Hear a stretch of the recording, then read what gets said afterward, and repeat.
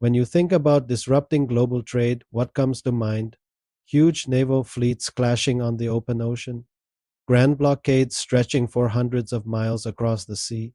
For decades, that was the textbook scenario for a major conflict, but today the world's supply chains don't break like that anymore. They break at choke points, and when we look at the massive trade flow between China and Brazil, the most critical choke point isn't a vast expanse of ocean like the South Atlantic, it's a tiny strip of water just 50 miles long, the Panama Canal. Let's trace the journey. Almost every container leaving China for the eastern coast of South America starts its voyage in the Pacific. These ships, loaded with everything from electronics to industrial machinery, sail across the world's largest ocean, but they all funnel toward a single narrow passage that connects the Pacific to the Atlantic only after squeezing through the locks and channels of the Panama Canal do they enter the Atlantic and make their way down to ports in Brazil. So, if you were to imagine a great power trying to apply pressure on this trade route, focusing on the South Atlantic would be like arriving at the party after it's already over. The real point of leverage, the place where you can exert maximum influence with minimum effort, comes much earlier in the journey. It's where all that traffic converges, not where it disperses. Now, let's paint a hypothetical but very plausible scenario. The United States decides it wants to send a message. It doesn't declare a blockade. It doesn't need to. That would be too aggressive, too old fashioned. Instead, it frames its actions around seemingly neutral concepts: security, infrastructure protection, and international compliance. A series of official statements start to appear, warning of new and increased risks to the Panama Canal. They talk about sophisticated cyber threats targeting the canal's operations, the rise of illicit shipping networks using legitimate routes for illegal activities, and the problem of opaque ownership structures hiding the true beneficiaries of certain vessels. They mention in very general terms that strategic competitors might be using commercial trade for non commercial, even military purposes. Notice what's not being said. Brazil is never mentioned by name. China is never officially targeted. But in the world of international diplomacy and global shipping, everyone knows exactly who. This message is for, suddenly, Panama, a small nation managing one of the most vital pieces of infrastructure on the entire planet, finds itself flooded with friendly assistance. Security cooperation with the US expands dramatically. American advisors arrive to help assess the new threats. Joint task forces are established to conduct in-depth security reviews. New, more stringent safety protocols are announced, all in the name of protecting this global public good. Transit through the canal doesn't stop. That would be too obvious. It just slows down. The machinery of global trade starts to grind. Inspections that used to take a few hours now take a full day. Documentation requirements, once straightforward, suddenly expand. New forms, new certifications, new digital signatures are required. Certain vessels are flagged for additional, non-routine review based on a complex algorithm of their ownership history, their insurance provider, or even their previous port calls. Schedules start to slip. A delay of a few hours becomes a delay of a few days. Shipping companies, the lifeblood of this system, absorb the initial shocks. Quietly, they're used to disruptions and hope it's just a temporary hiccup. But the markets they notice immediately. Insurance premiums for vessels transiting the canal start to climb. Shipping contracts are rewritten to include new risk clauses, passing the extra costs and uncertainty down the line, and then a subtle but critical shift begins. Some shipping lines start rerouting their vessels voluntarily, not because they've been ordered to, but because in the world of logistics, uncertainty is the most expensive commodity of all. A longer, predictable route around the tip of South America might be better than a shorter, unpredictable one through Panama. Brazil feels the impact almost instantly.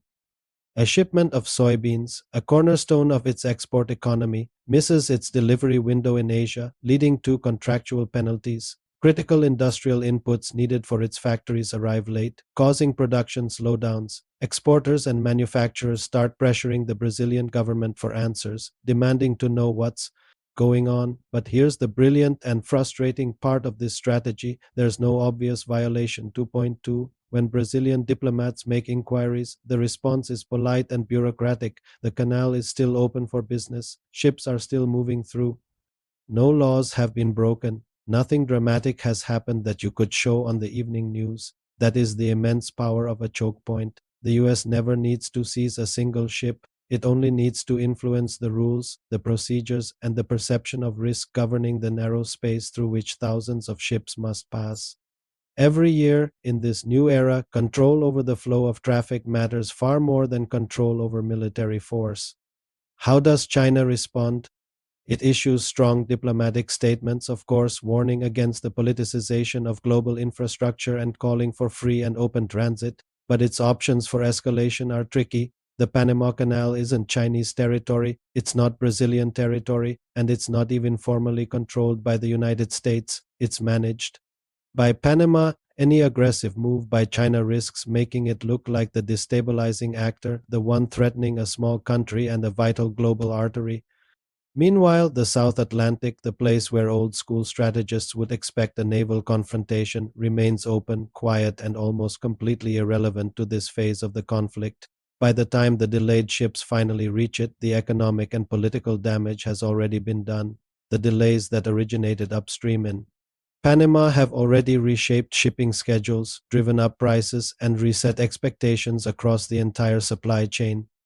This is where the strategic imbalance becomes painfully clear. South America, and especially a trading giant like Brazil, is heavily dependent on the canal for its access to Pacific markets. Yet it has almost zero influence over the canal's governance or security protocols. Brazil can protest diplomatically, but it can't reroute global trade patterns overnight. Sure, alternatives exist on paper. Ships could sail the long way around Cape Horn at the bottom of South America, or even go east around Africa's Cape of Good Hope.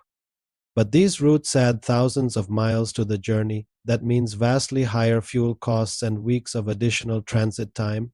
They are emergency backups, not viable, long-term substitutes for the efficiency of the canal. This kind of pressure doesn't even need to be applied for very long. A few weeks, maybe a month of this slow motion disruption is enough to send a powerful message that echoes far beyond the immediate crisis. It forces a fundamental recalculation of risk. Companies that rely on this route immediately start updating their risk models. Investors reassess their exposure to businesses dependent on the China-Brazil trade link, and most importantly, policymakers in Brazil internalize a new and uncomfortable reality. Their country's access to the global market is not guaranteed, it is conditional, and then, just as quietly as it began, the pressure eases, the enhanced security measures are declared a success, the threats have been mitigated, inspections return to their normal speed, transit times normalize. A joint press conference is held where officials praise the international cooperation that has made the canal safer for everyone. No sanctions were ever announced, no military confrontation ever occurred, but behavior has already shifted. In the aftermath, Brazil might become more cautious about future infrastructure deals with China.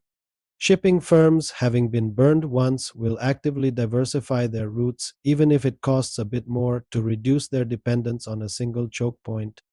And China? It will accelerate its already massive investments in finding and building alternatives that bypass the canal entirely. Transcontinental rail corridors, new deep water ports on the Pacific coast of South America, and other overland links. All of this was achieved without a single shot fired. This is how power operates in our interconnected modern world. It's not about overt domination, but about subtle influence over the systems, the nodes, and the choke points that everyone depends on and no one can easily replace. The lesson here isn't that the oceans are closed. The lesson is that they are open, right up until the moment they're not, and in a world built on intricate supply chains and critical choke points, the most important question is no longer who controls the vast seas, it's who controls the narrow places that everyone must pass through. Thanks for watching. If you found this analysis interesting, be sure to like this video and subscribe to the channel for more content exploring the hidden forces that shape our world. See you next time.